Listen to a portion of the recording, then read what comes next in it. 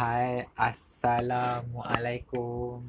Jawab salam dulu, saya Syafiq dari Room Service Provider untuk bilik sewa premium Kuala Lumpur. Alright, setelah sekian lama saya tak live. Saya rasa paling last saya live sebelum puasa kan, saya rasa. Okay, so malam ni saya nak live balik lah untuk educate orang sebab bila saya tak buat live, ramai banyak saya terima apa ni dekat PM, dekat komen saya, diorang saya terima soalan tanya sublet tu apalah, apa ni, soalan-soalan macam tu lah. Jadi macam bila saya buat live ni bolehlah saya explain sikit apa yang mungkin menjadi tanda tanya kepada kalian, alright? So sebelum tu saya nak ucapkan selamat datang kepada yang join live saya untuk malam ni.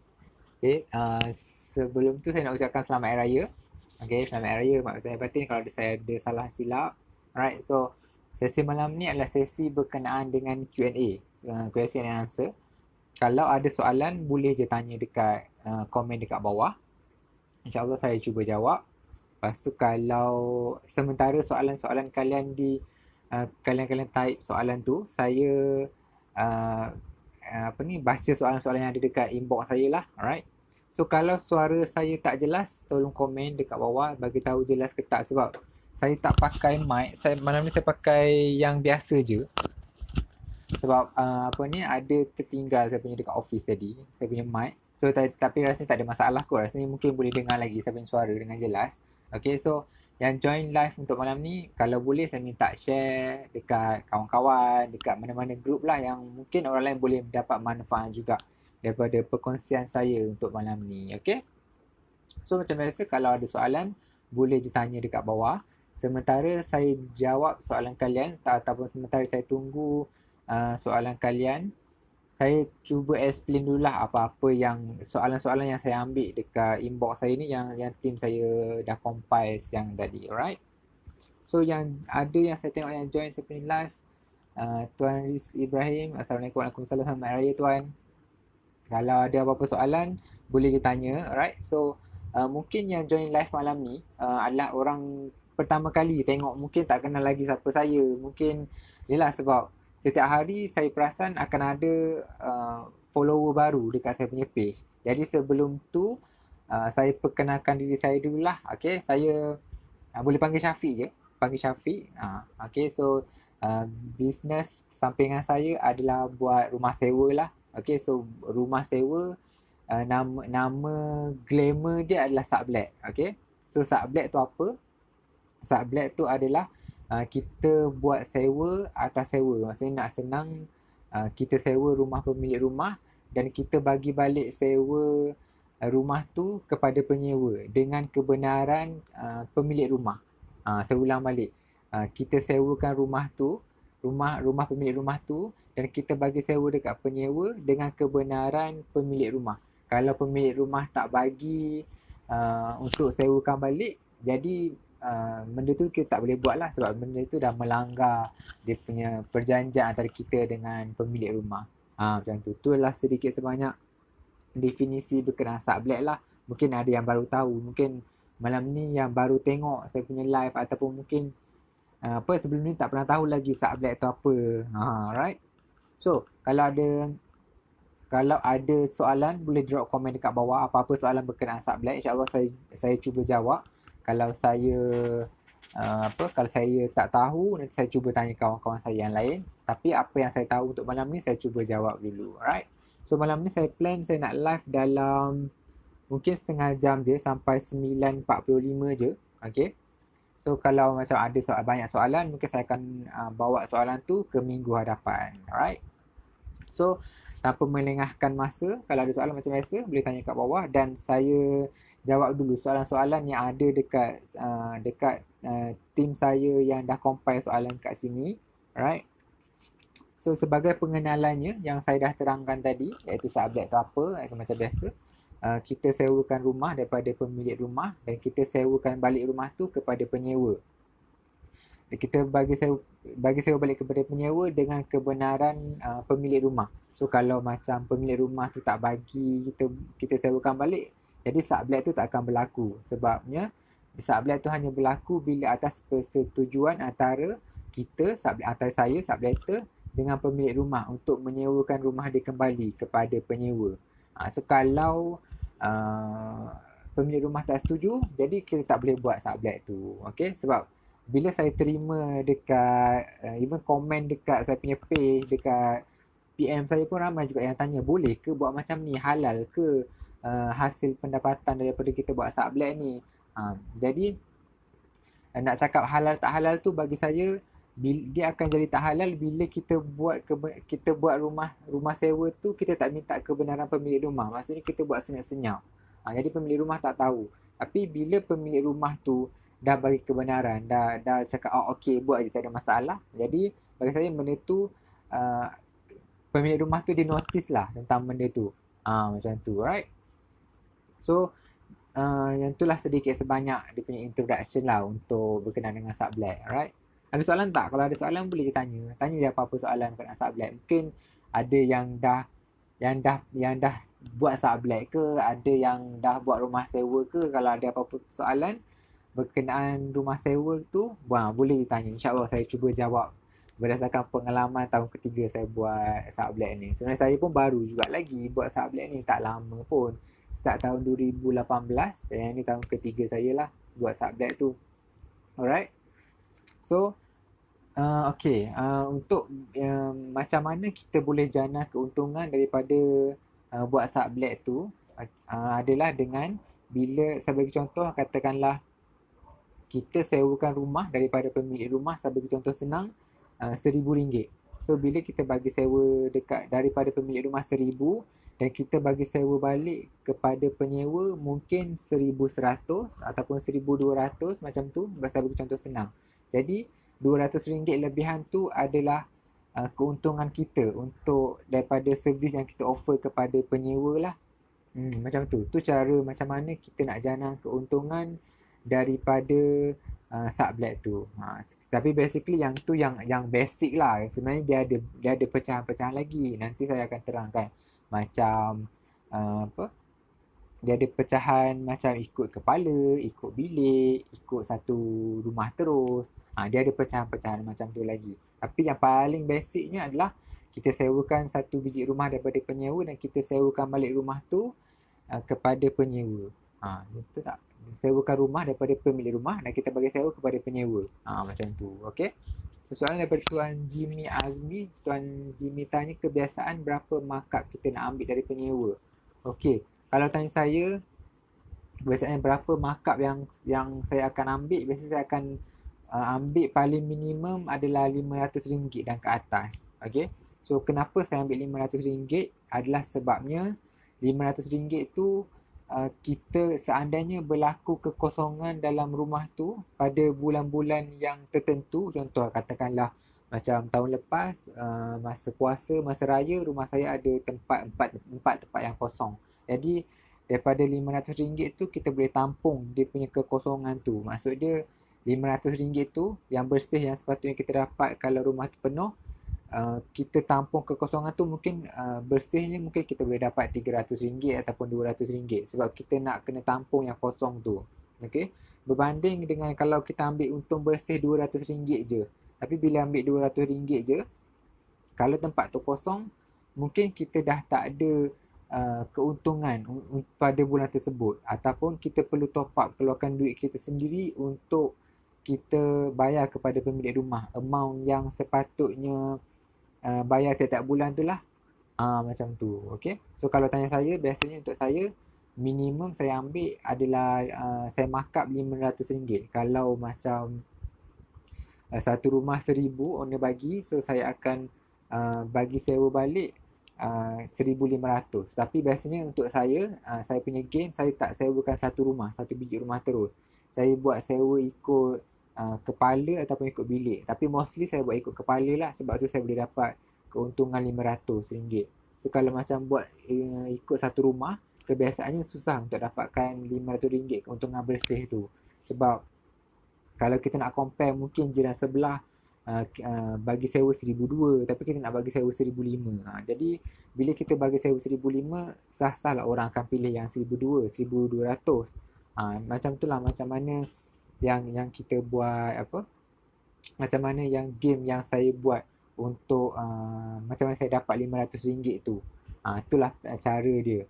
Okey. Tapi saya tak buat ikut satu biji rumah. Saya buat ikut kepala ataupun ikut bilik. Macam tu caranya. Okey. So itulah yang pertama lah, yang macam mana kita boleh dapatkan keuntungan daripada subblack tu. Okey. So yang kedua, bercakap tentang bilik, tentang kepala tadi. Okay, so dia ada 3 jenis jenis sewaan. Dia macam kita sewakan daripada pemilik rumah satu biji dan kita bagi sewa balik kepada penyewa. Kita mungkin boleh dapat kita mungkin boleh sewakan balik ikut kepala ataupun ikut bilik ataupun ikut rumah. Okey. Ketiga-tiga jenis ni dia ada pro and cons dia sendiri. Kenapa saya cakap dia ada pro and cons dia? Sebabnya, okeylah, saya bagi untuk jenis rumah dulu. Maksudnya kita ambil sebiji rumah daripada tuan rumah dan kita bagi sewa balik kepada pemilik rumah tu sebiji rumah terus. Jadi bila kita sebiji rumah, kelebihan dia kita tak pening kepala untuk kita nak uruskan penyewa. Sebabnya biasanya sebiji rumah kebiasaannya adalah ketua keluarga saja yang kita berurusan. Dan kekurangan untuk bila kita buat sebiji rumah tu adalah kita punya keuntungan tu lebih rendah. Nanti pada dekat hujung nanti kalian boleh compare sendiri. Itu yang pertama. Saya bagi tahu kelebihan buat sebiji rumah adalah kita tak ada banyak kepala yang kita perlu handle. Kita mungkin dengan ketua rumah tu sahaja. Kekurangannya adalah kita tak boleh nak dapatkan maksimum rental income daripada bila kita buat sebiji rumah. Itu yang pertama. Yang kedua adalah ikut bilik. Okay, so ikut bilik, katakanlah macam rumah sewa saya ada 4 bilik. Rumah sahabat saya ada 4 bilik. So dalam rumah tu akan dihuni oleh 4 orang. Jadi saya setiap bulan saya perlu berurusan dengan 4 kepala. 4 jenis kerenah saya perlu berurusan. Tu dia punya apa ni, perbezaan lah antara rumah dengan bilik. So kalau ikut bilik, so kalau saya ada 4 bilik, so saya akan berurusan dengan 4 kepala lah setiap bulan untuk kutip sewa tu. Dan yang ketiga adalah ikut kepala. So ikut kepala, katakanlah macam satu bilik master yang ada bilik air sekali yang agak besar, kita katalah saya memuatkan 2 orang. So katakanlah bilik master 2 orang, bilik medium katakanlah saya letak 2 orang, bilik single saya letak seorang, dan bilik yang single satu lagi saya letak seorang. So 6 orang ada dalam rumah tu. Jadi 4 bilik ada 6 orang. Jadi saya perlu berurusan dengan 6 kepala. Berurusan dengan 6 kepala, sebenarnya kepala tu kita boleh samakan dengan kerenah mereka. Sebab 6 kepala adalah 6 kerenah yang kita kena layan. Macam tu. Tapi kelebihan bila kita buat kepala, kita boleh dapat rental income yang lebih banyak berbanding kita buat bilik ataupun kita buat ikut rumah. Tu kelebihan dia. Tapi walaupun kita dapat banyak, kekurangan dia kita kena layan banyak kepala lah. Sebab kadang-kadang mungkin kita akan fikir layan banyak kepala, kita layan banyak kepala mungkin bagi setengah orang mungkin senang, tapi pengalaman saya sendiri tak sesenang kita nak handle ikut bilik ataupun ikut satu biji rumah terus. Sebabnya kadang-kadang yang mungkin bilik master yang duduk 2 orang tu yang lampu rosak, dia pun mengadu kat kita. Lepas tu katakanlah flash tandas pula rosak.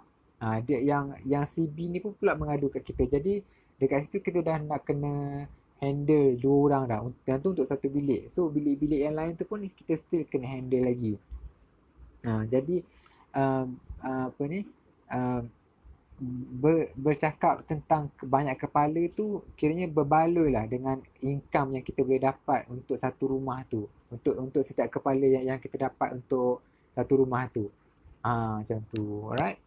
So faham tak? Kalau tak faham, tanya balik. Nanti saya bagi tahu, saya terangkan balik macam mana yang saya terangkan tadi, ikut bilik, ikut rumah, ikut kepala tu. Okey. So itulah yang pertama. Dan yang kedua adalah jenis-jenis perabot pula. So kalau macam jenis perabot ni, ada orang kebiasaannya kalau kita bagi sewa satu rumah, satu biji rumah terus. Katakanlah, contohlah saya menyewa dengan rumah dengan pemilik rumah nama dia Encik Ali. So Encik Ali, saya sewakan rumah dengan Encik Ali, dan saya sewakan balik rumah tu kepada contohnya Abu. So Encik Abu ni dia bekerja ada keluarga semua, so dia nak menyewakan rumah Encik Ali tu. Jadi saya adalah orang perantara, saya adalah orang tengah. Jadi saya orang tengah, jadi saya sewakan balik rumah tu pun uh, dengan kosong juga. Sebab biasanya kalau kita sewa dengan pemilik rumah, rumah tu adalah rumah kosong dan kita bagi sewa balik kepada penyewa. Biasanya yang ni kebiasaan, saya tak cakap ni salah. Kebiasaannya kalau orang praktis, kalau disewa balik ikut kepala, ikut satu biji rumah, biasanya mereka akan bagi sewa kosong juga. Jadi macam yang Encik Abu tadi, kalau dia nak masuk, dia kena beli sendiri peti sejuk, mesin basuh, katil, TV, benda-benda macam tu. Adakah salah kalau kita bagi sewa satu biji rumah tapi kita letak katil, almari ataupun kita letak peti sejuk, mesin basuh? Tak ada salah. Yang tu okey je. Maksudnya tak ada mana-mana guideline yang menyatakan kalau kita nak bagi sewa satu biji rumah terus, kita tak boleh letak apa-apa. Yang tu tak ada termaktub dekat mana-mana peraturan lah. Yang tu bergantung kepada macam mana seseorang tu praktis. Kalau macam saya, kalau tanya saya bagi sewa satu biji rumah, saya tak akan letak apa-apa. Saya bagi contoh lah, macam tu. Tu yang pertama. Yang non furnish lah nama dia. Kita tak letak sewa apa, kita tak letak apa-apa perabot. Dan yang kedua, mungkin saya sewakan ikut bilik. Lepas tu saya katakanlah yang 4 bilik tadi. So 4 bilik, so saya buat partial furnish je. Bagi contoh, katakanlah partial furnish, saya letak katil, almari, tilam. Tu je, 3 je saya letak. Tapi saya tak letak peti sejuk, mesin basuh semua tu. Tu lah partial furnish. Maksudnya kita tak letak penuh apa yang ada dalam rumah tu. Tu yang kedua lah. Yang pertama, non furnish. Maksudnya kita sewa daripada owner rumah kosong dan kita bagi balik sewa kepada pemilik rumah tu, kepada penyewa kosong juga. Yang pertama. Yang kedua, kita sewa daripada pemilik rumah kosong dan kita letak barang-barang yang mungkin yang penting saja. Mungkin katil, almari, tilam ni kita letak, ataupun kita letak peti sejuk, mesin basuh, TV je. So kalau macam penyewa nak masuk, mereka kena bawa katil, almari sendiri. Macam tu contohnya lah. Itu partial furnish yang kedua. Dan yang ketiga adalah fully furnished. Fully furnished tu dia merangkumi semua apa yang saya bagi tahu tadi. Saya sewa daripada pemilik rumah kosong, dan saya letak semua macam peti sejuk, mesin basuh, TV, katil, almari, tilam. Mungkin saya letak wifi sekali, mungkin saya letak apa-apalah, mungkin extra service cleaning ke macam tu. Jadi yang tu dinamakan fully furnished. Itulah 3 jenis lah. Non furnished, kosong. Partial furnished tu kita letak lah sikit-sikit, dan fully furnished tu adalah kita letak semua. Tapi semua yang saya bagi tahu tu tak adalah kita nak letak macam benda-benda yang terlebih, benda-benda yang berlebihan, nak letak macam kitchen cabinet ke apa. Tak perlu pun sebenarnya. Kita letak apa yang mereka perlu je.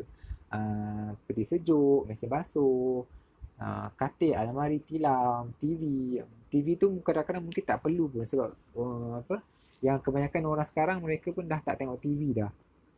Alright. Itulah 3 jenis dia punya 3 jenis sewaan tu. 3 jenis perabot lah kiranya. Okay. So Tuan Zikril ada tanya saya, pernah ke penyewa bilik minta untuk tangguh bayar deposit? Kalau pernah, apa tindakan Tuan? Okay. Bercakap tentang deposit, kalau penyewa saya minta tangguh, saya tak pernah bagi. Sebabnya, sebab sebenarnya deposit tu adalah dia punya senjata lah sebenarnya, senjata untuk kita. Sebab kalau macam contohlah penyewa minta tangguh deposit, katakanlah esok lusa dah 1 Jun, 1 bulan 6. So dia masuk, dia bayar sewa untuk bulan Jun je, tapi deposit dia tak bayar. Bagi contoh macam dia cakap, Cik Syafiq, saya nak bayar deposit 1 bulan 7 boleh tak? So ada risiko kebarangkalian dekat situ seandainya penyewa lari pada 30 hari bulan 6 nanti. Jadi kita dah tak ada deposit dah untuk kita backup, sebab disebabkan dia lari. Macam tu. Sebab yelah kalau macam dia pun mungkin kalau dia jenis yang macam jenis tak kisah dengan kita, dia cakap aku dah bayar sewa bulan 6. So bulan 7 aku rasa aku nak keluar, aku keluar je lah sebab aku dah tak ada kaitan dengan Cik Syafiq tu. Macam tu. Jadi dari situ penyewa boleh dia boleh twist sikit dekat situ. So dekat situ kita akan mengalami kerugian sebab kita tak bersedia untuk dia keluar. Dan seandainya kalau kita tahu dia nak keluar, mesti kita dah buat iklan awal-awal. Maksudnya kita dah cari penyewa lebih awal sebelum dia keluar. Tapi seandainya katakanlah 30 hari bulan 6 nanti dia keluar secara tiba-tiba, jadi kita dah tak ada macam backup untuk kita nak nak nak tebus kekosongan dekat tempat tu lah. So kalau macam Tuan Zikri tanya saya tak akan pernah bagi penyewa tangguh bayaran deposit tu. Okay, at least kalau mungkin kalau penyewa tu tak mampu sangat pun, saya bagi masa dalam 10 hari ke 15 hari untuk dia jelaskan deposit tu. Tapi kalau dalam masa 10 hingga 15 hari deposit dia still tak bagi, mungkin saya boleh minta dia keluar lah daripada rumah tu. Okay, macam tu je. At least kita ada gap lagi 15 hari untuk kita cari penyewa tu. Ataupun mungkin kita boleh bagi tahu dia, okay, 15 hari bulan 6 dia still tak bayar deposit, kita bagi tahu, okay, nama dia katakanlah Ali. Okay, Ali, disebabkan deposit tak bayar, jadi saya rasa saya perlu tamatkan kontrak awak pada 30 hari bulan 6. Jadi pada 15 hari bulan tu kita dah start boleh cari penyewa dah. Macam tu. Okay. Tapi kalau nak cara yang paling selamat, better ambil deposit sebelum dia masuk tu. Okay. So tapi kalau macam kita rasa macam kita sanggup tanggung sedikit risiko, kita mungkin boleh ambil deposit dia mungkin pertengahan bulan 6 nanti ataupun awal bulan 6 lah. Tapi seboleh-bolehnya jangan drag sampai hujung bulan sebab risiko untuk dia lari tu ada. Jadi kita akan rasa macam sakit hati lah. Macam tu. Alright. Okay, so saya harap saya dah jawab soalan Tuan Zikri.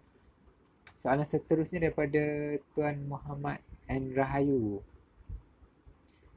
Tuan Muhammad cakap letak barang-barang asas lah. Betul. Kalau macam nak letak barang dekat rumah sewa, bagi saya letak barang asas je. Tak perlulah nak letak macam downlight lah, nak renovate lebih-lebih, tak perlu. Kita just benda yang basic je. Macam saya bagi tahu tadi lah. Tapi kalau kita dah buat fully furnished, saya cadangkan, kalau yang ni tips lah, yang ni saya bagi tips satu. Macam mana nak bagi rumah sewa kita penuh, letak wifi. Sebab seorang zaman sekarang kalau tak ada wifi memang tak boleh hidup. Macam penyewa saya juga, wifi tak ada 10 minit dah bising lah. Dekat group WhatsApp tu dah banyak dah notification naik lah, bagi tahu wifi tak ada lah, semua benda mengadu lah, macam-macam lah. Macam tu. So bagi saya wifi sekarang adalah sangat penting untuk kita lah. Even saya sendiri pun wifi tu sangat penting sebenarnya. Alright. So soalan seterusnya daripada Tuan Riz. Tuan Riz tanya, so kena ambil deposit ke? Ya, deposit tu wajib sebenarnya. Tak boleh tak ambil deposit. Tak ambil deposit tu kira kita sebagai subletter ataupun pemilik rumah tu kira satu dosa besar tau. Kita dah langgar satu pantang. Sebabnya kalau tak ambil deposit, kalau penyewa tu lari tiba-tiba, kita dah tak ada tempat untuk berpaut. At least kalau kita ada deposit, katakanlah saya ada deposit, katakanlah penyewa saya dah lari esok, at least saya ada sebulan deposit dia untuk cover tempat dia yang kosong tu. So deposit tu adalah sangat perlu sebenarnya. Tak boleh kalau tak ambil deposit. Bagi saya tu adalah satu dosa kepada pemilik rumah ataupun subletter. Sebab yelah penyewa ni dia macam-macam kerana, macam-macam ragam. So kita tak boleh nak assume okay, kita nampak dia baik. Mungkin masa tu baik lah, nanti masa dia nak keluar nanti macam-macam lah ragam yang dia akan buat.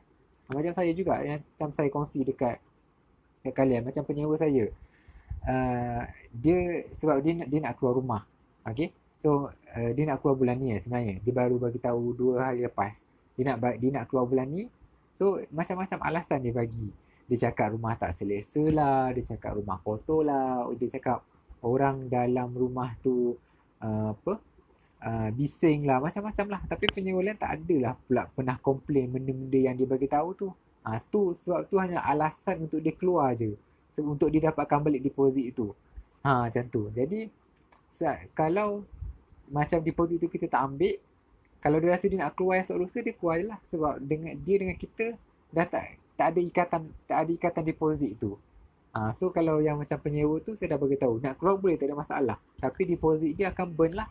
Sebab dia tak inform saya lebih awal. Ni semalam 2 hari lepas baru bagi tahu esok lusa nak keluar.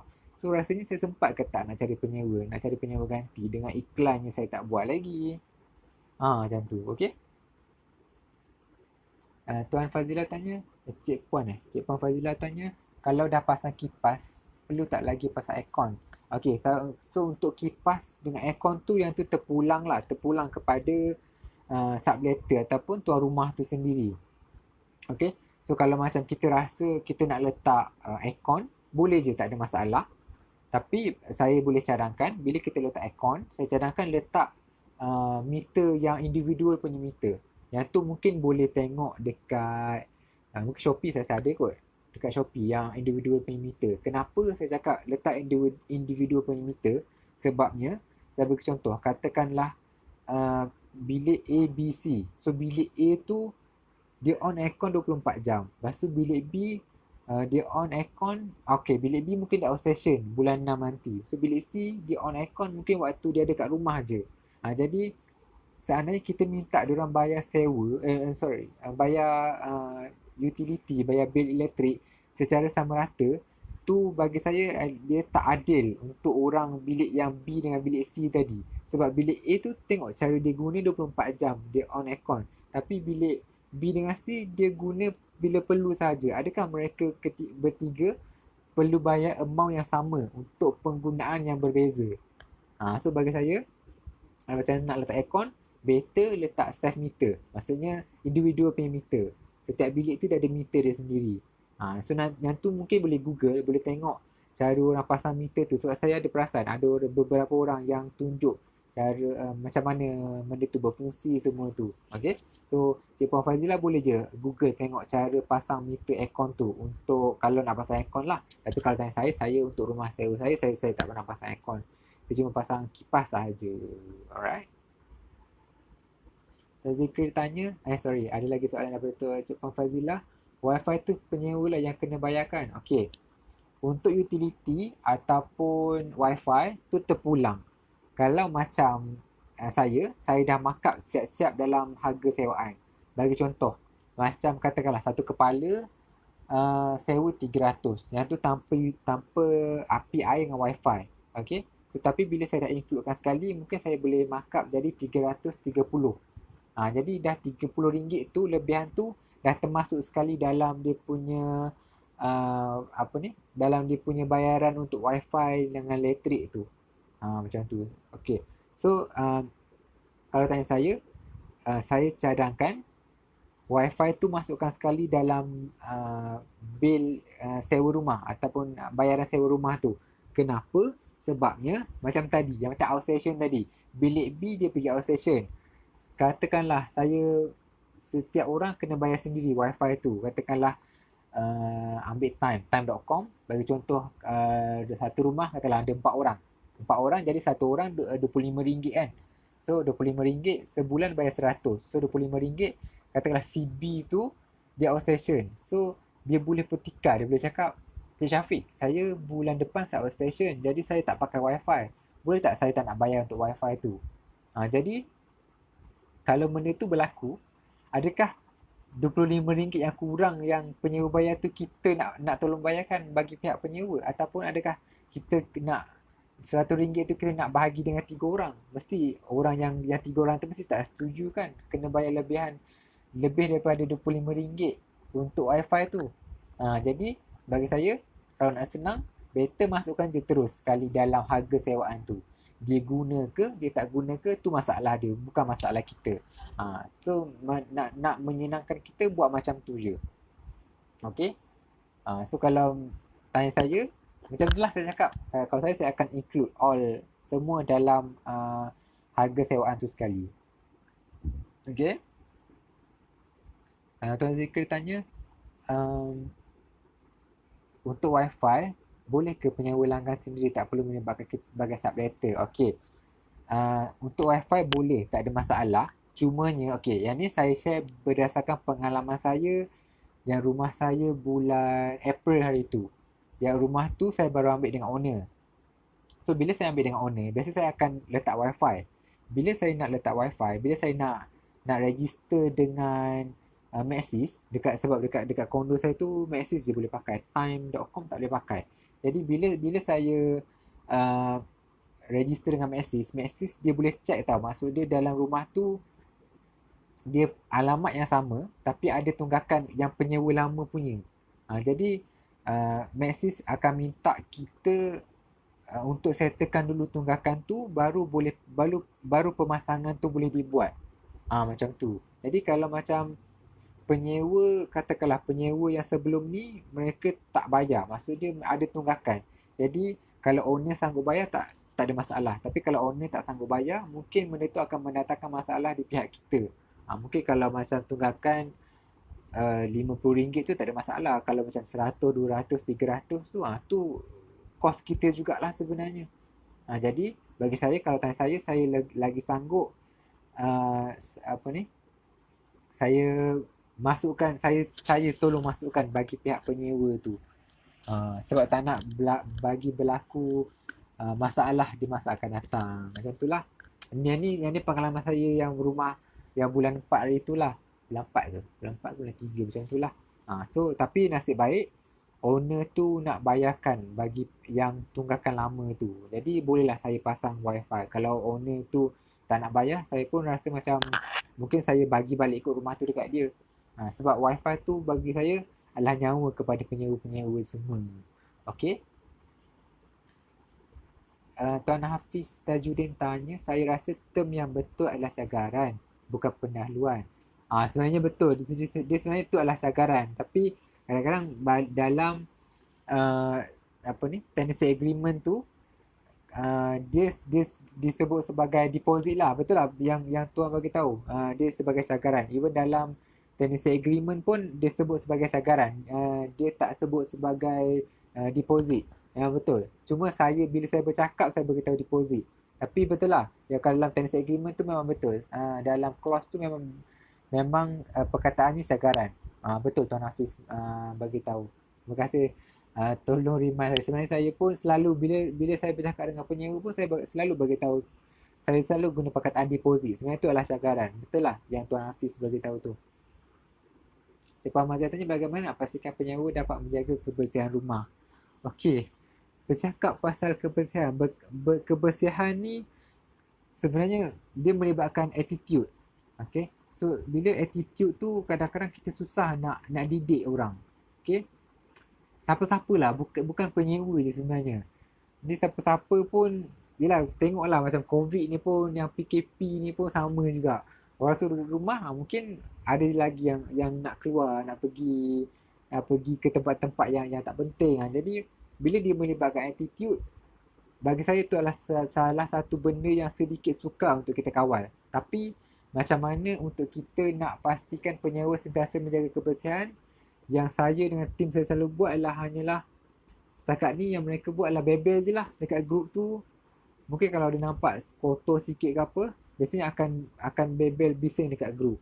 Akan bising dekat grup WhatsApp rumah tu. Macam apa? Katakanlah sampah tak buang, lepas tu sampah tu dah sampai berulat. Tu nanti akan bising lah tim-tim saya tu. Dia akan bising dekat grup rumah. So tapi sebenarnya benda tu jadilah seminggu, 2 minggu. Lepas tu jadi balik. Dah macam dah, benda tu dah jadi rutin setiap bulan. Tim saya kena remind dekat grup WhatsApp tu cakap sampah kena buang, botol kosong buang dalam tong sampah dekat luar. Sebab benda-benda macam tu saya tak tahu macam tu sebenarnya attitude lah. Attitude setiap orang. Sebab ada rumah yang memang betul-betul mereka jaga kebersihan. Maksud dia bila setiap kali kalau saya ataupun tim saya pergi tengok rumah tu, macam rumah tu memang bersih, memang betul-betul mereka jaga. Tapi ada juga rumah yang macam jenis tak kisah pun kotor ke tak kotor ke, asalkan orang boleh balik tidur kat rumah tu. Tapi untuk kita sakit mata lah tengok benda tu. Sebabnya kadang-kadang kalau macam penyewa lain nak datang view rumah yang kotor tu, mesti dia ada uh, perception yang negatif ataupun perception yang macam rumah ni kotor, tak nak lah aku sewa kat sini. Jadi macam benda-benda macam tu yang menyebabkan saya dengan tim saya selalu bising dekat grup WhatsApp rumah tu, cakap apa ni, kalau dah makan tu sisa-sisa tu terus buang dekat tong sampah dekat luar. Benda-benda macam tu selalu kena remind. Tapi sampai ke hari ni saya tak jumpa lagi macam mana cara macam kalau mereka masuk tu sampai bila-bila rumah tu akan bersih. Macam tak jumpa lagi lah caranya. Mungkin kalau kalian yang join saya punya live malam ni, kalau ada cara dia mungkin boleh share, sebab saya pun nak tahu juga cara tu sebenarnya. Selain daripada saya terpaksa nak kena bebel kat grup WhatsApp setiap bulan nak kena remind benda-benda yang sama tu. Okay. Tuan Mason join saya punya live. Assalamualaikum warahmatullahi wabarakatuh. Waalaikumsalam. Tuan Azizul join saya punya live. Waalaikumsalam Tuan Azizul. Lama tak buat live selamat hari raya. Selamat hari Tuan Azizul. Tuan Hafiz cakap screening penyewa sebelum bagi sewa. Betul. Macam screening penyewa tu perlu juga. Tapi macam kalau saya nak cakap, saya nak cakap screening tu saya taklah screening sangat. Cumanya asalkan dia ada deposit untuk dibayar, bagi saya okey, lulus. Sebab kalau nak cakap screening pun, kalau macam kita terlalu screen pun, bagi saya macam rumah tu kadang-kadang susah nak penuh.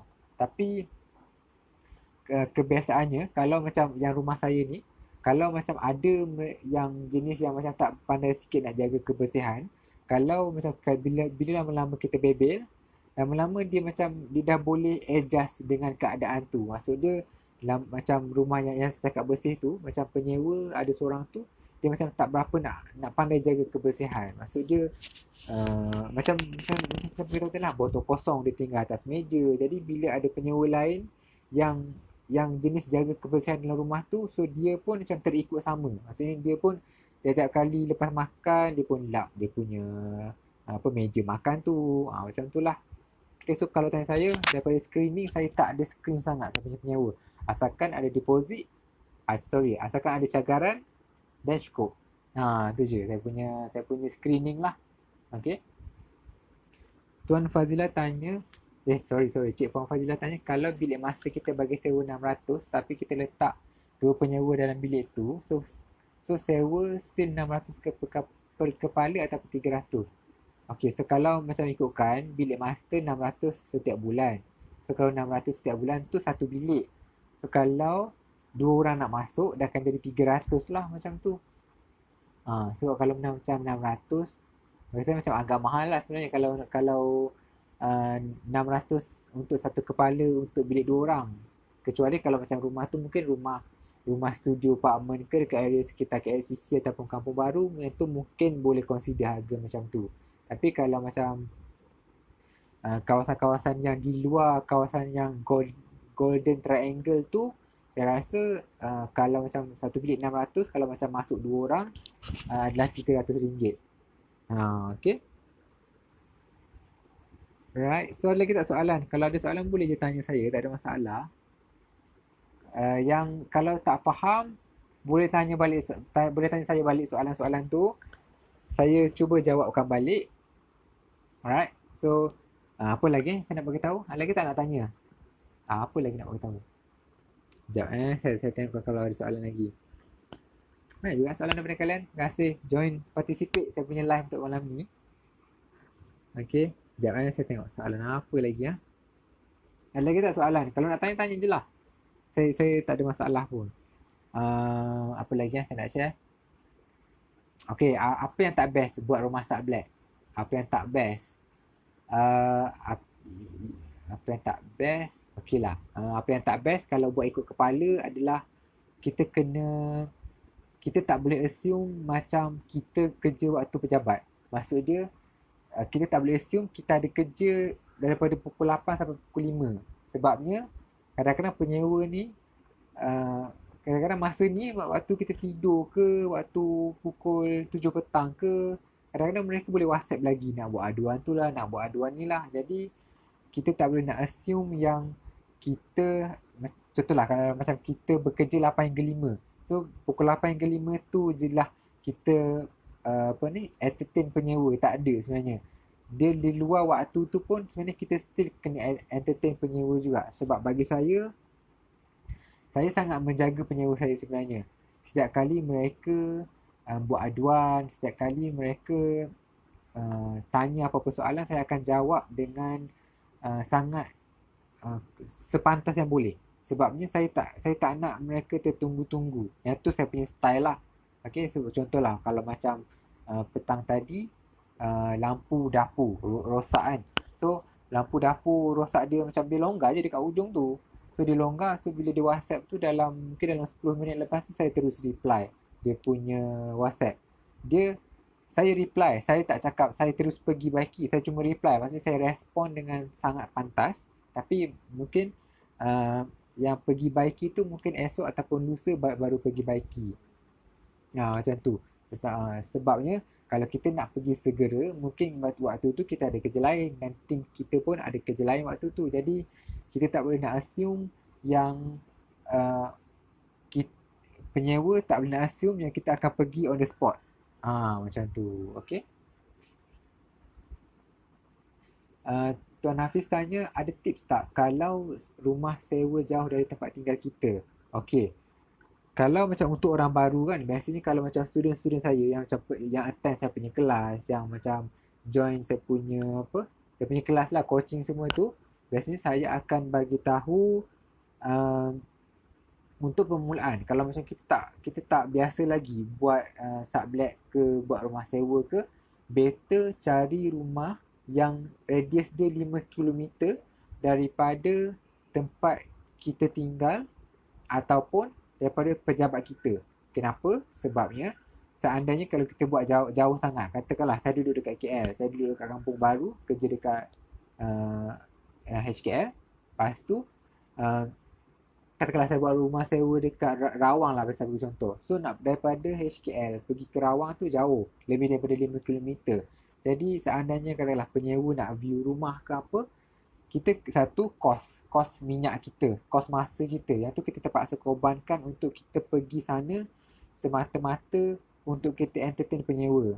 Okay, so kalau dia datang bernasib baik, tapi kalau dia cancel last minute waktu kita dah sampai dah, maksud dia cakap Cik Syafiq, sorry lah saya dah dapat rumah. So dari situ kita dah frust lah sebenarnya. Jadi kalau macam untuk permulaan ni, saya cadangkan kita buat je dalam radius 5 km daripada rumah kita ataupun office kita. At least kalau penyewa tu cancel last minute ke, kalau penyewa tu tiba-tiba tak jadi ke, tiba-tiba dia senyap tak reply WhatsApp kita ke, at least kita tak adalah rasa macam aku datang jauh-jauh kau tak jadi. Dia macam geram kat situ tau. Tapi kalau macam dalam radius 5 km, saya still macam boleh consider lagi lah, walaupun dia senyap ke, walaupun dia tak reply saya punya WhatsApp ke, saya macam okay je, tak ada masalah.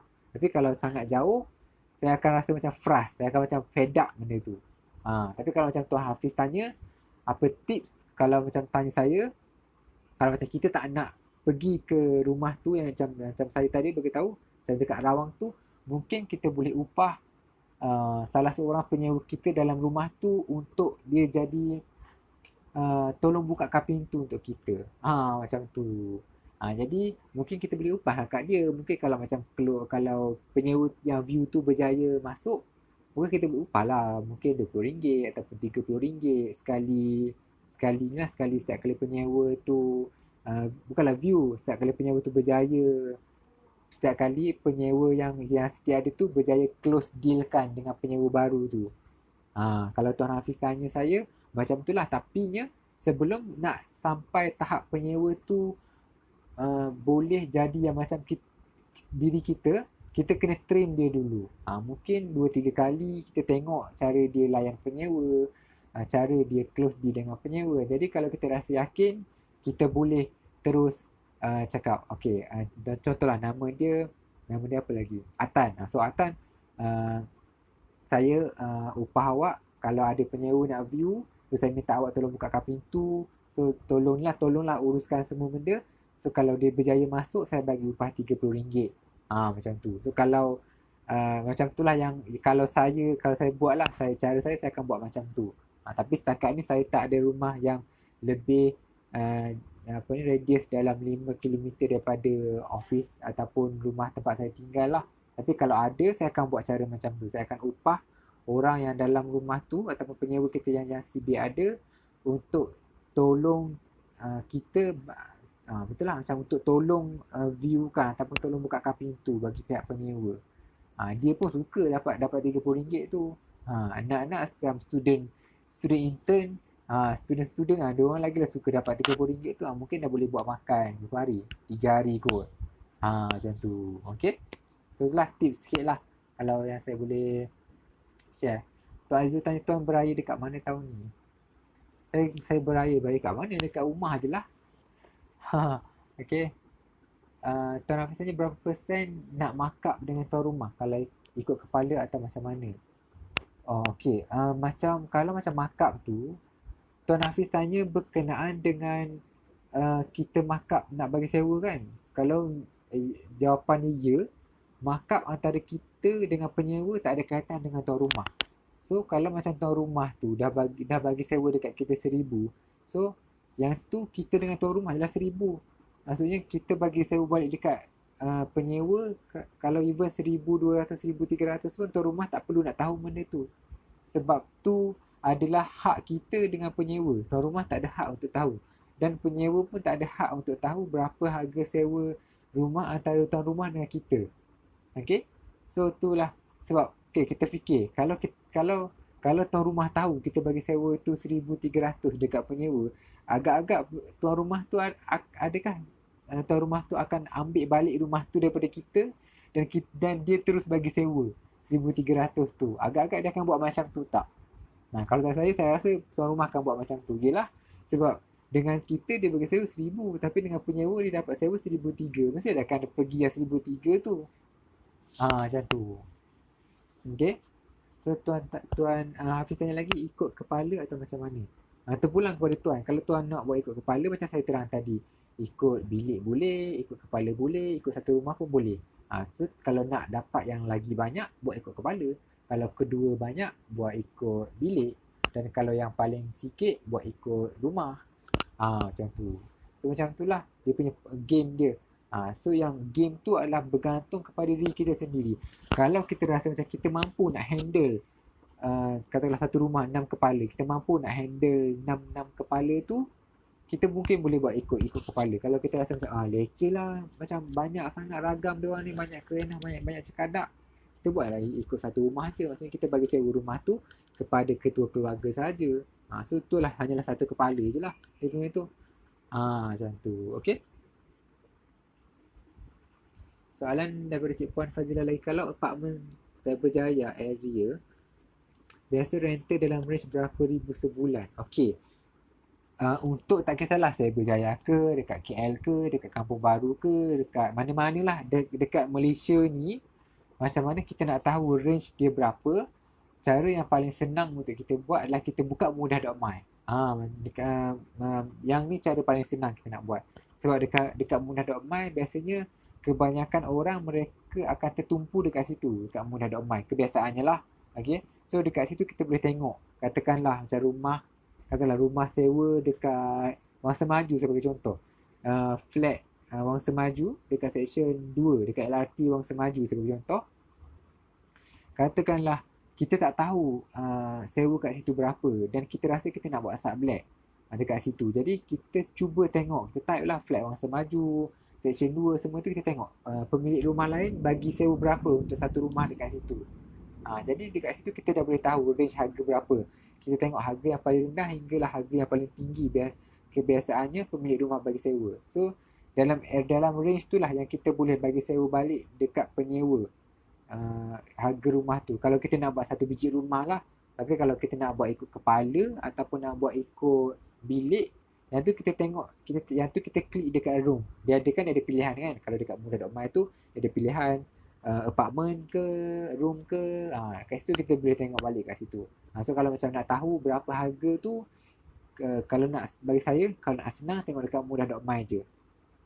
Okay. Sebab Mudah.my tu sangat banyak maklumat yang kita boleh dapat sebenarnya. Okay. Tuan Hafiz tanya, kalau penyewa tak ada, adakah kita still kena bayar kepada tuan rumah? Ya, tu risiko dia. Risiko untuk bila kita buat sublet, tu adalah risikonya. Bila penyewa tak ada, kita still kena bayar dekat tuan rumah. Sebab tu saya beritahu tadi, sewa bersih seboleh-bolehnya harga RM500 dan ke atas. Maksud dia katakanlah saya sewa dengan pemilik rumah RM1,000 dan saya bagi sewa balik ikut kepala. Saya bagi contoh, total rental saya boleh dapat RM1,500. Katakanlah RM1,500. Saya letak 5 orang. Saya bagi contoh 5 orang. Seorang RM300. So seorang RM300. Katakanlah yang ni. Yang ni tak ada. Katakanlah bulan ni ada 4 orang je. So bila ada 4 orang, 3, 6, 9, 12. So kita boleh dapat rental collection pada bulan tu RM1,200 je. So RM1,200. Kalau ikutkan penuh kita dapat RM1,500 kan. Sebab seorang tak ada, kita dapat RM1,200. So 200 tu kita boleh dapat kita punya keuntungan dan 1,000 tu kita bayar dekat owner. Sebab tu saya beritahu tadi seboleh-bolehnya paling minimum kalau boleh dapat 500, cuba dapatkan minimum untung bersih tu RM500. Sebabnya benda-benda macam ni lah. Kalau macam 3 orang, 2 orang tak ada. So 300, 600, 900. So kita kena bayar 900. Kita dapat sewaan tu bulan tu 900 dan kita kena top up RM100 duit kita bayar kepada owner. Jadi untuk bulan tu kita tak ada untung.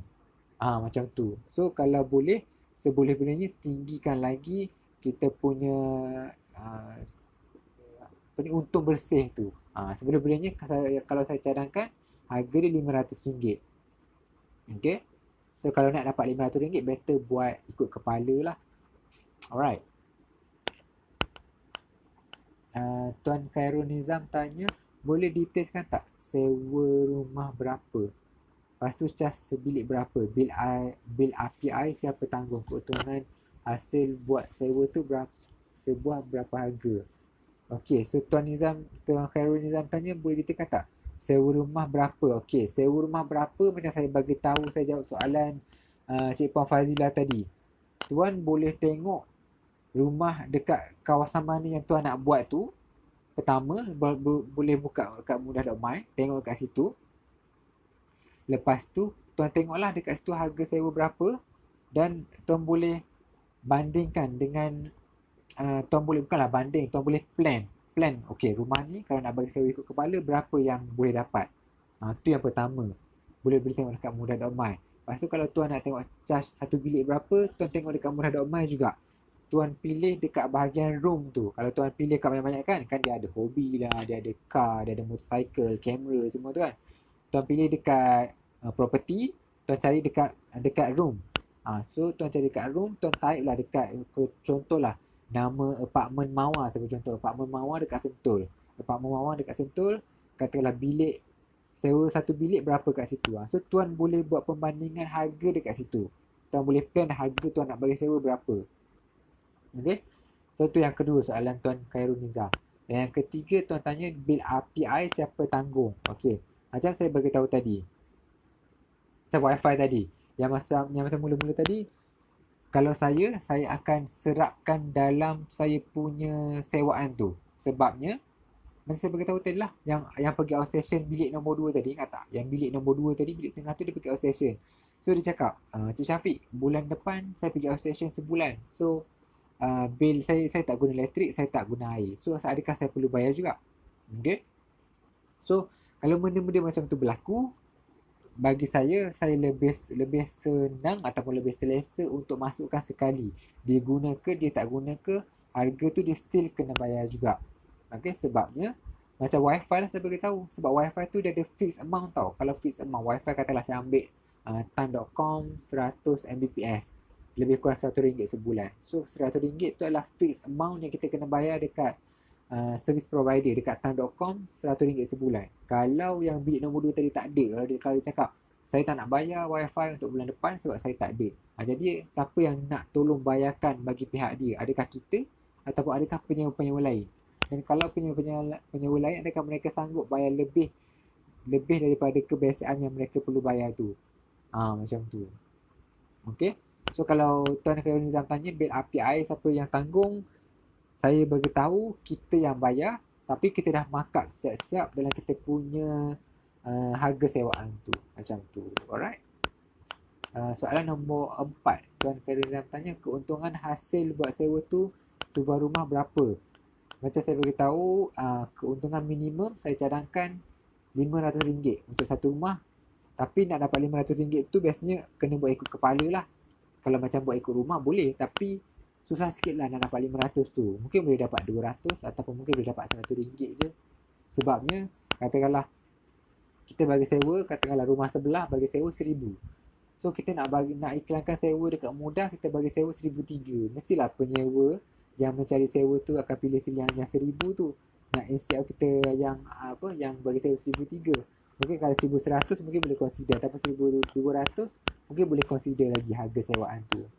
Okay, so kalau macam nak dapat sampai RM500 tu, saya rasa better buat ikut kepala. Tapi bila buat ikut kepala, macam saya beritahu tadi, banyak kepala, banyak kerenah dan kita lagi pening kepala untuk buat. Tapi kita boleh dapat total rental collection tu lebih banyak daripada buat ikut bilik ataupun ikut kepala. Okay, so tu tanya diri kita sendiri, kita sanggup buat yang mana. Kalau kita jenis kerja, busy dengan kerja, better buat ikut satu rumah je.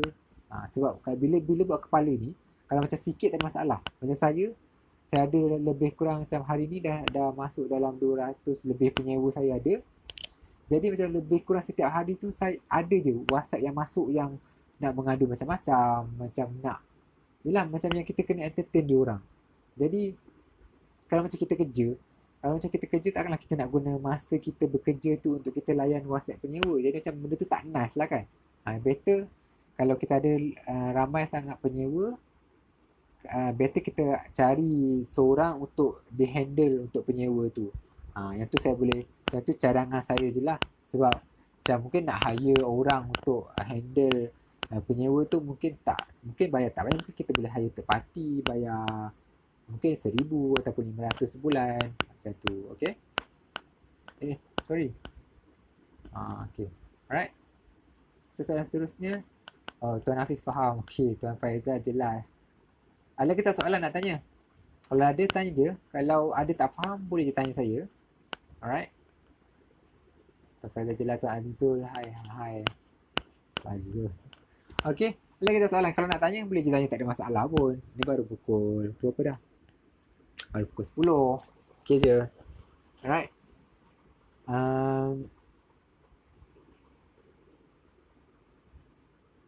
Okay. Tuan Mazuki, soalan yang bagus. Saya suka soalan tu. Saya nak terang tadi pasal deposit. Sekejap ada WhatsApp. Tuan Mazuki tanya, biasa ambil deposit berapa bulan? Okay. Bercakap tentang deposit, dia ada beberapa jenis deposit. Tapi deposit itu adalah wajib lah. Okay, deposit wajib. Tak ambil deposit berdosa. Dari hukum buat rumah sewa, bila tak ambil deposit tu adalah berdosa. Okay, so nak tak nak ambil juga deposit. Okay, so kalau macam rasa macam tak nak pening kepala, tak nak tanggung beban di kemudian hari, ambil deposit. Yang ni saya beritahu banyak kali lah. Ambil deposit. Sebabnya kadang-kadang bila saya buka Facebook group, ada orang buat iklan sewa rumah, bilik dekat mana-mana tanpa deposit. Lepas tu saya macam fikir, macam mana kalau penyewa tu lari? Macam mana kalau ada berlaku kerosakan? Contohlah macam esok dah last day, lusa last day, 30 Mei. So 30 Mei penyewa tu okey, mungkin dia dah inform dah. Tuan rumah awal-awal dia cakap okey 30 mes saya akan keluar. So owner setuju. Tapi bila dia keluar, bila owner nak datang tengok, katil patah, almari rosak, semua. Bila benda-benda tu berlaku, kat mana kita nak dapatkan duit untuk cover balik kerosakan tu? Adakah kita kena guna duit kita sendiri untuk kita baiki kerosakan yang bukan kita buat kalau kita tak ambil deposit? So kalau kita ambil deposit tu boleh gunakan sebagai deposit, cagaran. Kita boleh gunakan cagaran tu sebagai ganti rugi untuk kerosakan-kerosakan yang berlaku tu. Macam tu, okey? So, berbalik kepada soalan Tuan Mazuki, tanya biasa ambil deposit berapa bulan? Okey. So, kalau tanya saya, deposit, kalau untuk antara kita dengan pemilik rumah, kebiasaannya mereka bagi meletakkan deposit adalah 2+1. Maksudnya 2 bulan deposit dan sebulan sewa semasa. Itu untuk satu rumah lah. Dan biasa kalau macam untuk sewa ikut bilik ataupun ikut kepala, kalau saya akan ambil 1+1 sahaja. Saya tak akan ambil 2+1. Kenapa saya tak ambil 2+1? Sebabnya 1+1 ni pun dia orang dah semput nak bayar. Lepas tu nak ambil 2+1 lagi lah semput. Dia semput mungkin bukan kesan dia bukan kepada penyewa, tapi kepada kita. Kenapa saya cakap kepada kita? Sebabnya kebarangkalian untuk rumah kita penuh tu lambat. Bila kita ambil deposit 2+1 ikut bilik ataupun ikut kepala. Sebabnya kebanyakan mereka yang menyewa dengan kita ikut bilik ataupun ikut kepala, kebanyakannya mereka yang baru berkejaya, yang baru nak start kerja. Jadi mereka yang baru nak start kerja ni tak ada basically yang boleh saya beritahu, mereka tak ada kewangan yang betul-betul kukuh lagi. Sebagai contoh, katakanlah satu bilik sewa, satu orang satu kepala 300. So bila satu kepala 300, bila kita ambil 2+1 deposit dan cagaran 600 dah. Sebulan bayar sewa untuk bulan 6 nanti 300 lagi. So RM900 dia perlukan untuk dia masuk menyewa dengan kita. Jadi mungkin orang yang baru grad, yang fresh grad, jadi mereka tak ada duit sebanyak tu untuk mereka bayar kepada kita sebelum mereka masuk tu. Jadi kebarangkalian untuk rumah kita penuh adalah rendah. Sebabnya bakal penyewa tak ada duit nak bayar harga 900 kepada kita. Berbanding dengan mungkin harga 600, mereka still lagi mampu lagi bayar RM600 untuk menyewa dengan kita. Maksudnya amount tu lebih rendah lah berbanding dengan RM900 tadi tu. Okay. Tapi jangan tak ambil langsung deposit macam saya beritahu tadi. So itulah dia punya pro and cons. Bila kita ambil 2 bulan deposit, kita mungkin boleh secure dengan lebih selamat kita punya rumah. Tapi in terms of untuk penuhkan rumah tu, dia lebih lambat. Sebab kita kena cari siapa yang ada duit 2+1 untuk menyewa dengan kita. Nak banding dengan mereka yang ada 1+1, kebarangkaliannya lebih besar berbanding dengan mereka yang ada sewa, yang ada deposit, yang sanggup bayar deposit 2+1. Okay. So kalau Tuan Mazuki tanya, kalau macam Tuan Mazuki sendiri buat rumah sewa ikut satu rumah terus, katakanlah bagi dekat ketua keluarga atau satu family, Tuan boleh ambil 2+1. Tapi kalau Tuan baik hati, boleh je nak ambil 1+1. Tapi kalau kebiasaannya orang ambil untuk satu rumah atau satu family, dia akan ambil 2+1 lah. Tapi kalau macam untuk satu bilik ataupun ikut kepala, mereka akan ambil 1+1 sahaja. Tapi jangan tak ambil deposit langsung, sebabnya berdosa. Okey. Lagi tak soalan nak tanya? Kalau ada boleh je tanya lagi soalan. Saya tak ada masalah pun. Okey je. Alright. Pasal deposit, apa lagi nak berkata deposit tadi? Itulah apa deposit. 2+1. Deposit tu. Tuan Mazuki cakap saya ada sewa rumah sewa je. Saya ada sewa rumah sewa je. So kalau macam Tuan Mazuki bagi sewa satu biji rumah je, mungkin boleh ambil 2+1. Okay. Sorry. Saya tambah sikit. Untuk 2+1, biasa akan ada extra lagi deposit. Biasanya akan ambil deposit utility sebabnya yang ni dulu-dulu punya lah. Dulu, even sekarang pun still ada lagi uh, orang ambil deposit utility. Tapi kalau macam Tuan Mazuki nak selamat, Tuan boleh buat tukar nama Tuan, katakanlah bil TMB atas nama Tuan sekarang sebelum bagi sewa. Tapi bila penyewa dah start masuk sewa, Tuan tukar nama bil elektrik tu kepada nama penyewa. Nah, dia boleh buat macam tu. Ada orang buat macam tu. Dia ikut yang tu biasa kalau orang bagi sewa satu rumah lah. Kenapa? Sebabnya kita nak kurangkan kebarangkalian untuk penyewa tu tak bayar bil utility. Mungkin kita ambil deposit cagaran utility RM500, tapi mungkin tunggakan dia sampai RM1,000, RM1,500. Jadi di cagaran utility tu kita hanya ada RM500, tapi dia punya beban yang dia tinggal kat kita sampai RM1,500. Jadi adakah kita nak keluarkan duit kita RM1,000 untuk bayar utility yang ditinggalkan oleh penyewa sebelumnya tu. Jadi kalau macam tu nak senang, better pergi tukar nama nama bil utility tu kepada nama penyewa yang menyewa tu. Tu lebih senang lah. Okay. Macam tu. Right. Tuan Hafiz tanya, saya tengok trending ramai buat sublet rumah kedai. Dari sudut undang-undang boleh ke? Okay. Kalau bercakap tentang undang-undang, sejujurnya saya tak tahu tentang tu. Tapi memang betul, saya tengok ramai. Nak cakap, memang boleh dapat untung lagi banyak. Tapinya, tengoklah dari segi keselesaan penyewa lah. Sebabnya bila buat rumah kedai, sublet rumah kedai, ada orang mungkin tak selesa sebab bilik air dekat luar, tandas dekat luar. Jadi mungkin mereka terpaksa berkongsi bilik air dengan ramai orang. Kalau macam satu rumah kedai tu, katakanlah ada 12 bilik sebagai contoh, 10 bilik. So tandas tu mereka terpaksa berkongsi dengan terpaksa berkongsi dengan 10 orang yang ada yang menyewa bilik tu. Jadi dari sudut keselesaan tu mungkin kurang sikit selesa. Okay. So kalau macam Tuan Hafiz tanya dari sudut undang-undang, saya tak arif tentang undang-undang. Tapi yang setahu saya yang setakat ni yang buat sublet untuk rumah kedai, saya tak nampak mereka dikenakan apa-apa lagi tindakan lah. Mungkin benda tu tak salah. Mungkin sebab itulah tak dikenakan apa-apa tindakan. Alright. Tapi kata saya dari sudut undang-undang, saya tak arif tentang tu. Mazuki tanya ramai penyewa lari dengan kos utility tinggi, pemilik rumah rugi. Betul. Kalau kita tengok dekat Facebook group pun, bilik sewa KL ke, rumah sewa KL ke, rata-rata pemilik rumah dia mengadu benda-benda yang sama. Sebab tu hari tu saya ada buat survey. Saya ada buat survey dekat dekat rumah, dekat grup rumah tu lah. Saya tanya dia.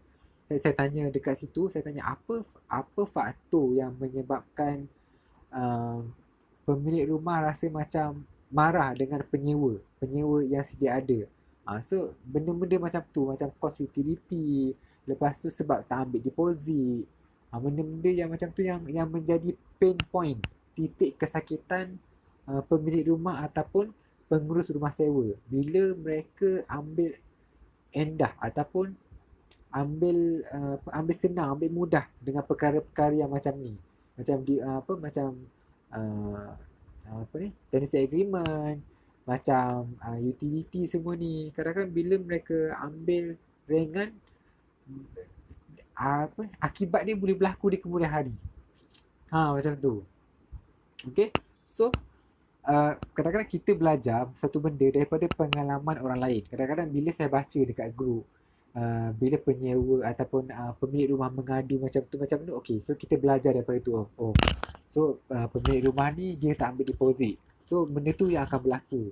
Jadi benda-benda macam tu kita belajar. Kita sebenarnya tak perlu nak alami sendiri pun benda tu.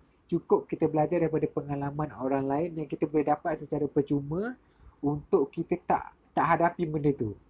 Faham tak dia punya cara dia macam tu. Sebab nak tunggu kita alami sendiri, kita akan tanggung kos kerugian macam macam Tuan Mazuki macam Tuan Mazuki beritahu lah. Uh, Penyewa lari dengan kos yang tinggi. Lepas tu deposit tak bayar, tiba-tiba bulan depan tak ada penyewa. So kita still kena bayar dekat bank, kita still kena bayar dekat pemilik rumah. Jadi benda-benda macam tu menyebabkan kadang-kadang kita rasa fed up untuk buat rumah sewa. Okay. Sebab ni lah, macam sudah-sudah saya ada juga buat macam tu. Macam saya bagi tahu, saya dah banyak kali pesan. Kalau apa ni, kalau nak buat rumah sewa, tolong ambil deposit. So sebab dia kesian dengan penyewa tu, atas alasan penyewa tu baru dapat kerja, lepas tu dia tak ambil deposit dulu, dia hold dulu deposit tu. Tapi at the end, penyewa tu lari macam tu je. So dia dah frust. So saya dah bagi tahu kat dia. Macam even dalam kelas pun saya dah banyak tekankan. Kalau uh, masa penyewa masuk, ambil cagaran tu, jangan bagi dia drag sampai ke hujung bulan. Sebab benda-benda macam ni boleh berlaku. So bila benda tu berlaku, baru dia nak datang mengadu kat saya. So saya pun tak nak buat apa. Nak buat report polis pun yang boleh buat apa pun. Okay. So kalau macam nak ambil lawyer pun macam benda tu tak berbala untuk ambil lawyer. Setakat kalau 300, nak hire lawyer pun harga lagi mahal untuk nak tuntut balik deposit kita tu. Okay. Itulah saya punya sedikit sebanyak dia punya tu. Ada soalan tak? Kalau ada boleh ditanya lagi. Saya boleh je lagi berkongsi. So, kalau tak ada, saya apa ni? Saya bawa soalan-soalan yang ada ni, saya bawa ke minggu depan. Hari Jumaat minggu depan. Okay? So kalau ada boleh tanya, mungkin saya boleh tunggu dalam masa 2 minit lagi. Alright? So sementara saya tunggu soalan seterusnya, saya jawab soalan terakhir yang ada dekat PM saya. Okay. So soalan Tamu Zuki adalah, saya jawab soalan Tamu Zuki. Tuan TMB tak layan nak tukar nama sebab TMB minta jelas dulu tunggakan penyewa sebelum jika ada pemilik bersalah. Oh, okey. TMB tak layan nak tukar nama. Oh, okey. Yang ni saya baru tahu sebenarnya tentang TMB tak layan tu. Mungkin saya boleh dapatkan feedback daripada kawan-kawan saya juga yang lain yang buat yang buat sewaan yang tukar nama atas nama penyewa ni. Mungkin saya boleh tanya macam mana. Sebab saya tak pernah follow up benda tu. Okay, so kalau macam apa yang Tuan Mazuki share ni sesuatu yang baru lah bagi saya sebenarnya. Terima kasih Tuhan yang kita. Okay, baru tahu. Tapi ni kalau nak cakap, kalau macam saya, macam untuk TMB tu, memang kalau saya bagi saya satu rumah, memang saya tak akan letak nama saya lah. Betul-betul saya akan elakkan guna nama kita sendiri untuk sewa rumah yang orang lain duduk. Maksud saya untuk satu rumah. Kalau macam ikut kepala tu, saya still sanggup lagi lah untuk guna nama saya. Sebabnya saya yang bayarkan bil elektrik tu. Kalau saya tak bayar, saya akan gunakan nama penyewa jugalah. Okay. Okay, Tuan Hafiz cakap terima kasih banyak Tuan atas perkongsian sama-sama. Tak ada masalah pun, saya cuma share je. Sebab saya pun banyak juga tak tahu. Saya pun macam still lagi belajar belajar setiap hari apa yang berlaku. Sebab macam sekarang tentang COVID ni pun, saya pun ada banyak benda yang saya baru belajar tentang COVID ni. Penyewa tiba-tiba kena buang kerja, macam mana nak buat. Penyewa apa yang macam sekarang, saya ada penyewa yang student. So bila penyewa yang student, diorang dah start kelas tapi diorang duduk dekat kampung. So macam mana nak handle untuk bilik sewa mereka yang mereka dah lama tinggalkan tu. Kalau saya tak silap, diorang start tinggal bilik tu pertengahan bulan Mac. Sampai hari ni diorang still tak ada. Okay. So macam mana saya handle benda tu semua, yang tu insyaAllah saya kongsi minggu hadapan. Okay. So saya kongsi pada minggu hadapan. So, kalau ada soalan-soalan lagi, kalian boleh je PM je inbox saya tu. Nanti tim saya akan kumpul soalan tu untuk bawa ke minggu hadapan. Okay. So saya rasa setakat saja kot 10.30. Terima kasih yang join saya punya live untuk malam ni. Saya harap kalian dapat sesuatu daripada perkongsian saya. Dan kalau boleh kongsilah apa yang saya bagi tahu ni kepada orang lain juga. Okey. So untuk soalan Tuan Mason, saya jawab minggu depan boleh? Okey. So, saya jawab minggu depan. Nanti Tuan kita jumpa minggu depan hari Jumaat malam pukul 9 juga. Alright. So insyaAllah kita jumpa lagi. Assalamualaikum warahmatullahi wabarakatuh. Terima kasih banyak-banyak. Kita jumpa hari Jumaat minggu depan. Assalamualaikum. Bye-bye.